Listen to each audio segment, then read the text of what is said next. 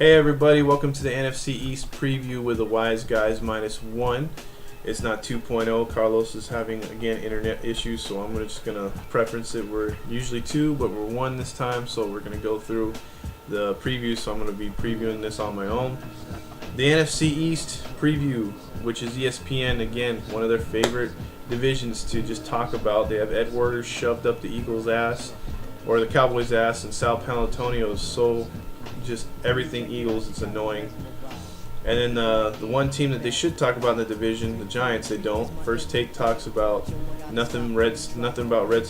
about Redskins, RG3, everything. Hail to the Redskins. They might as well be singing the song. So anyway, I'll preview the NFC East. We'll go 4th place to 1st place, and I'll give you the records, and we'll see how it goes at the end of the year, how close I was, I guess. The 4th place, we're going to go like this. 4th place is going to be the Philadelphia Eagles, easily. If you're depending on Michael Vick at his age right now and to run that offense and to take hits the way he did last year with an offensive line that's pretty damn pathetic, and with injuries all over the place to Macklin and things like that, you're in for a long season. And then also trying to rewrite the NFL playbook and bring in that whole Oregon offense. We'll see how that goes. I think that's more gimmicky than a lot of the stuff that's out there right now. Bringing in Dwan Dixon. I mean, they have 4 quarterbacks, dude. Dixon, Vic, what is it? I forget the other guy's name from last year. And then they just drafted the USC quarterback. So, but yeah, I'm spending way too much time on a 4th place team. Eagles are gonna finish probably about 5-11, 6-10 maybe. They're just gonna get lit up a lot. I'm gonna go 4-12, 5-11, because I just don't see them doing that much. I just don't see them as a team that scares you, gives you any hope of like, oh, okay, they're gonna do something. I could be wrong, but I don't see the Eagles amounting to much this season. So I picked them to finish 4th. 3rd place is the most overrated team in all of the NFL, and that's the Dallas Cowboys. As long as Jerry Jones is still your freaking general manager and owner, they're going to suffer. They're not going to do anything. He's killed it since he let Captain Hairspray, their coach, go, and Barry Switzer won with Jimmy Johnson's team. It's been garbage ever since. Tony Romo giving him a fat contract. They're probably going to give a fat contract to Dez Bryant. Dez Bryant, to me, is not worth it. He's just another head case. He's another Terrell Owens type player. They love these flashy guys, and they just don't understand that you can't win with a bunch of guys like that. The running game is very weak. Romo's going to get hit. He's going to make his usual interceptions, blow his 4th quarters like he usually does. Defense has a couple stars on it, DeMarcus Ware, and I can't remember the guy, the corner from last year. He was a stud for them. But besides those 2 guys, are pretty weak around the defense, and special teams, they always screw it up somehow.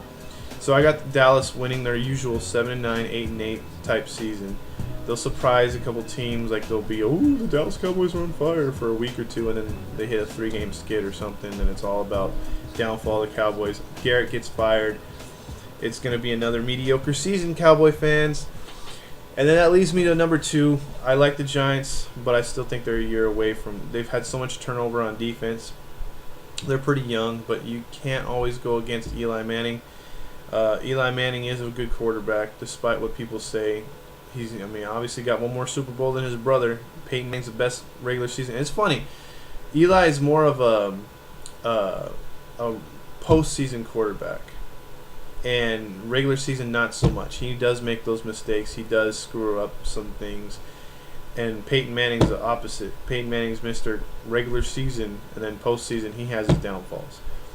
But I really like the Giants to either sneak in as a wild card this year and maybe do some damage, but they're going to be tough with the Redskins. I think the Giants will finish either with the same record or a game less than the Redskins. I've got the Giants 9-7, 10-6.